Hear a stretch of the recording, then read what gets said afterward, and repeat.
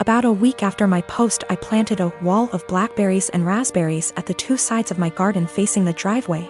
About 30 centimeters from the edge, so no overhanging branches. On the other side of the berry wall, I planted lots stuff like strawberries and tomatoes. To reach the tomatoes and strawberries from the driveway, you have either go through the fruit bushes or walk up to my house. Walk about 2 m along the side of the house and my windows, and then walk into my actual garden. Not something you do by mistake. For about 2 weeks it was somewhat quiet, but I still found the kids on my driveway every single days. As far as I know, they did not enter the garden, and I hadn't noticed them walking around my house anymore. So I figured the bushes were working. About 1 week ago, berry season started and my bushes are now full of raspberries, and there's lots of strawberries as well. The neighbors noticed. First I caught the boys picking and eating raspberries, so I told them off and dropped them off at home, told their mom I caught them stealing. That's how I see it, even though it's fruit, and that I'd call the cops next time. She huffed and told me to grow up, but took the boys inside anyway. After that it was quiet up until yesterday afternoon, when I went out for a while and found the dad and his 2 sons right in the middle of my garden when I returned, clearing my bushes and plants. I didn't even confront them. Just called the cops from a distance as they hadn't noticed me yet, and started filming them after making the call. Luckily 2 cops showed up after 10 minutes or so, and they confronted the neighbor as they were still picking berries. They told them they were trespassing and that the berry picking was in fact considered stealing, and that I could press charges. For the first time I noticed a bit of fear in my neighbor. He was having trouble finding his words and kept looking back at his house. I guess hoping his wife would show to yell at the cops. They all went inside with the cops, so I just went home as well. After a while the cops came by and asked me if I wanted to press charges. I asked them if they felt like they scared the neighbor enough to stay away. I got a small smile and yes, about him, but the wife had just kept shouting at them and her husband about the little living next door. I told them no for now, asked them if I'd be allowed to get an extra camera set up on the wall between my garden and the road, to cover the entire front garden plus driveway. They said that's allowed as long as it's on my side of the wall. So, now I'm getting an extra camera installed. One neighbor knows I'm done messing around, but his wife isn't there yet, and if I ever catch any of them again, the cops will be called and possible charges will follow. My mom left my dad when I was 17, I'm 29 now, and had a new boyfriend literally straight away. We all suspected that she was cheating with this dude beforehand, but there was never any proof, and she even to this day refuses to admit it. She had 2 more kids with this guy. When my mom and dad broke up, I moved out to live with my dad, who had moved back in with his parents. The major reason for this was because she told me to leave as I kept fighting with her new dude. I really did not want to deal with a new guy in my mom's life, and I was really upset that she didn't give a shit about how much pain my dad was in. When she told me to leave, something in me changed, and I am still unable to forgive her. That solidified BC. My 14-year-old sister stayed with my mom for a year and then begged to come and live with my dad, because she hated it so much at my mom's place. And my sister and mom were close, so for my sister to feel that way, it must have been bad. Since I was 18, my grandparents kept pushing me to start a business. BC. I liked to tinker and had built a few specialized tools for a niche construction industry that my dad was in, and they saw potential in me. They gave me a lot of money as an investment. Actually, their mortgaged their house, that's much they believed in me, and basically, I majorly lucked out and managed to land some national contracts at 24 that turned into more than a few millions of dollars over a few months when the business boomed. The profit trajectory has risen since then, and basically, I'm living a life I never thought would be for a schmuck like me. I moved my dad, sister, and grandparents out to the East Coast a couple years back, and we've started a new life. I am surrounded by people who see and saw the best in me, and I'm grateful so much. BC. I was seriously messed up after my mom blew our family apart. For the last couple years or so, my mom has been on my case to reunite with her. She is getting increasingly more insistent that I go visit her and her boyfriend and kids, and keeps trying to guilt trip me, because my sister has a much more privileged life now and my younger 2 half-siblings don't. She keeps telling me that even if I don't forgive her, I should look out for the kids as they're innocent in all this. She made her bed and she can lay in it, but the guilt eats me alive sometimes. I just can't forgive her though. My husband and I, both in our early 30s, have been together for over a decade and made the decision to not have kids.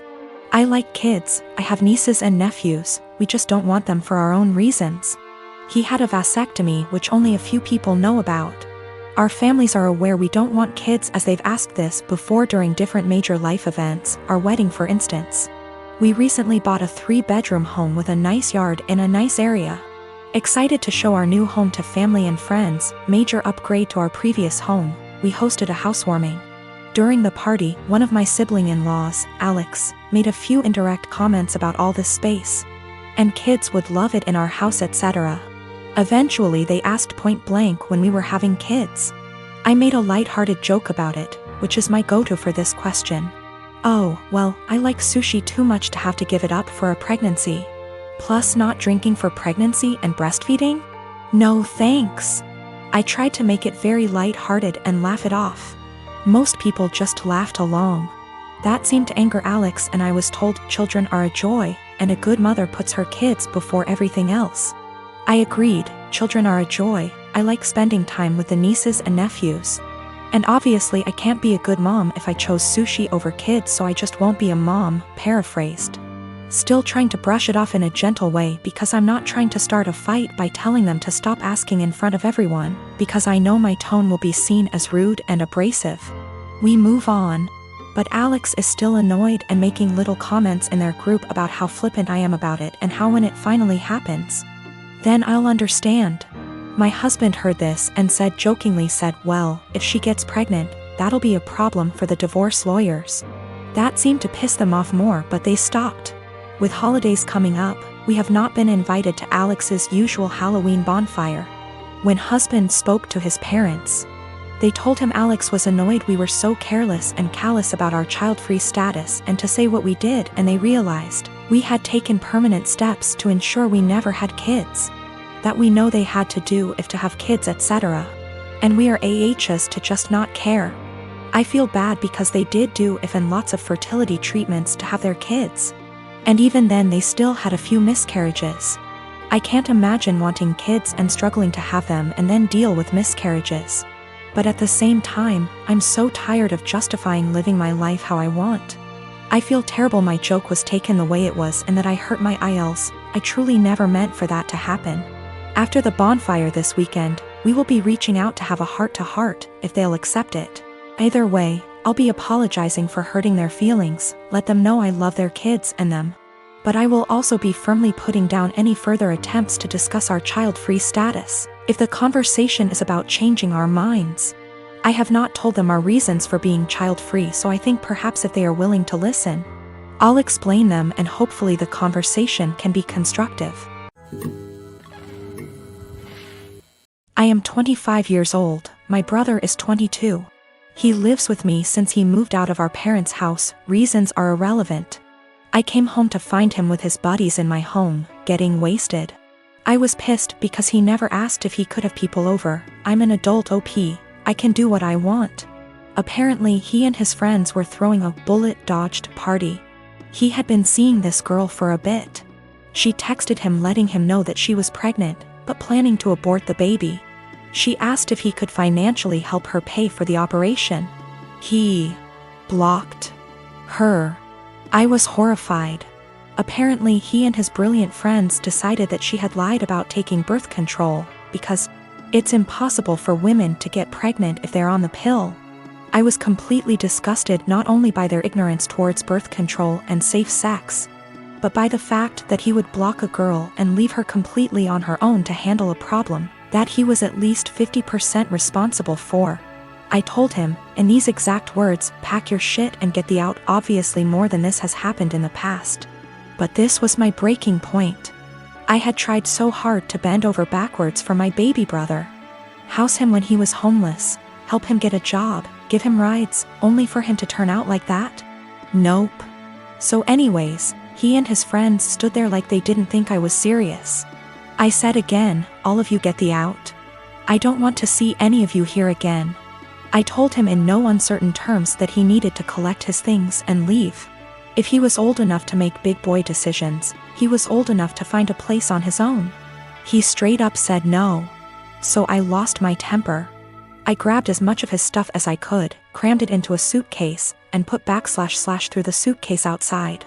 I shouted that if he didn't leave I would call the police. Fast forward tears and begging, he was finally out. That night I got several messages that I was heartless for making him homeless. The pregnancy wasn't his fault because, 1, it was an accident. 2, they weren't a serious couple so he has no reason to help her. 3, she should have been more careful. I called bull, and said I would never allow someone with that sick mindset live under my roof. I said that he is not my brother and I don't want anything to do with him. My parents, my aunts, and some cousins are with me, but that leaves about 3 / 4 of the family against me. They think that I should support him because he is my brother. I should have given him time. He's not on the lease BTW. And he was supposed to pay rent but often didn't, and the punishment just didn't fit the crime. I am currently trying to track the girl down. She is an old work colleague of his. And I'm trying to find his old coworkers to figure out her contact info and see if I can help in any way.